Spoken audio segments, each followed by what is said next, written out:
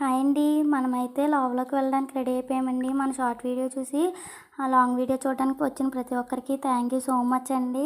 మీరు ఇలాగే సపోర్ట్ ఇస్తే నేను ఎన్నో వీడియోలు తీసి మీ ముందుకైతే తీసుకొస్తానండి. ఇక్కడైతే మనకి చూస్తున్నారు కదండి, మనమైతే బైక్ మీద వెళ్ళిపోయాం. అంతేకాదండి, ఇక్కడికి రావాలనుకుంటే తుని స్టేషన్ దిగి రైల్వే స్టేషన్ నుంచి ఒక 10 కిలోమీటర్స్ ఉంటుందండి. ఆ 10 కిలోమీటర్స్ బస్సులో కూడా రావచ్చండి. లావుకొత్తూరు వరకు వస్తే వ్యాన్స్, జీప్స్ ఉంటాయండి. వాటి నుంచి కూడా ప్రయాణం చేయొచ్చు మనమైతే. అంతేకాదండి, ఇంకోండి ఇలా ఎంట్రన్స్లో అయితే మనకి తెలుపులం లావ్ అని బోర్డు ఉంటుంది. సో దాన్ని చూసుకుని మనమైతే లోపలికి రావచ్చు. అంతేకాదండి, ఇక్కడ అమ్మవారిది చాలా విశిష్టత ఉందండి. అది ఏంటంటే, పూర్వం ఇది ఒక 300 ఇయర్స్ నుంచి ఇక్కడ ఉన్నట్టుగా ప్రాచుర్యం పొందిందండి. ఇక్కడ భక్తులైతే ఒక 300 సంవత్సరాల కాడి నుంచి అమ్మవారు ఇక్కడే ఉన్నారని చెప్తారండి. దానికి సాక్ష్యం ఏంటంటే, ఇక్కడ ఈ చుట్టుపక్కల ఉన్న వాళ్ళు చాలా పేర్లలో లోవరాజు, లోవలక్ష్మి, లోవమ్మ ఇలాంటి పేర్లన్నీ మనకు దర్శనమిస్తాయండి. అందుకనమాట ఇక్కడికైతే కోళ్ళు, మేకలు అన్నీ తెచ్చుకుని మొక్కులైతే తీర్చుకుంటారండి. ఇక్కడ మనకి పిల్లలు పుట్టిన వారు కూడా చాలామంది వచ్చి ఇక్కడ ఉన్న చెట్టుకి ఉయ్యాలు అవి కట్టి ముడుపులు అవి తీర్చుకుంటే పిల్లలు కూడా కలిగారని చాలామంది చెప్తూ ఉంటారండి.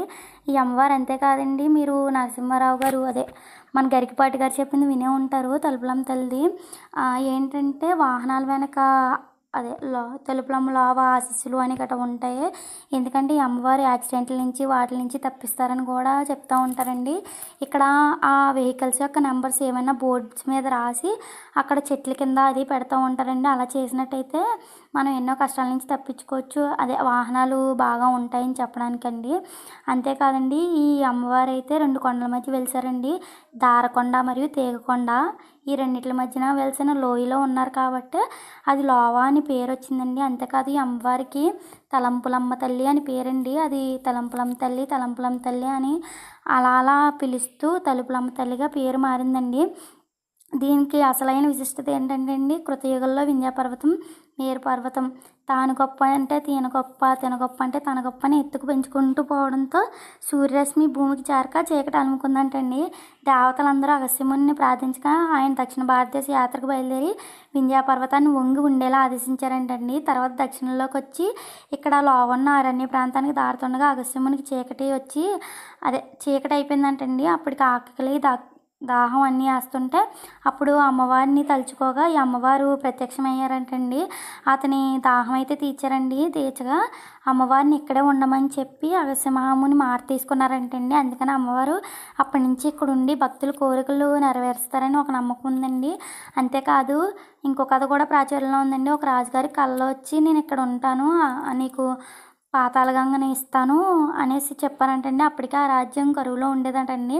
అందుకని చెప్పి రాజుగారు వచ్చి ఇక్కడ ఆమెని తవ్వి తీసి ఇక్కడ కొలివేయినట్టుగా కూడా చెప్తారండి. ఇక్కడ ఈవినింగ్ అంటే మార్నింగ్ 6 నుంచి ఈవినింగ్ 6 వరకు టెంపుల్ అయితే తెరిచి ఉంటుందండి. తర్వాత 7 నుంచి ఇంకా అక్కడ ఒక్క మనిషి కూడా ఉండరండి. ఎందుకంటే దానికి కూడా ఒక కథ ప్రాచుర్యంలో ఉందండి. ఆ అమ్మవారు ఇక్కడ తిరుగుతారని భక్తులు విశ్వసిస్తారండి. అందుకే ఆ అమ్మవారికి ఏ విధమైన ఇబ్బంది ఉండకూడదని చెప్పి భక్తులు అయితే ఎవరు రారండి.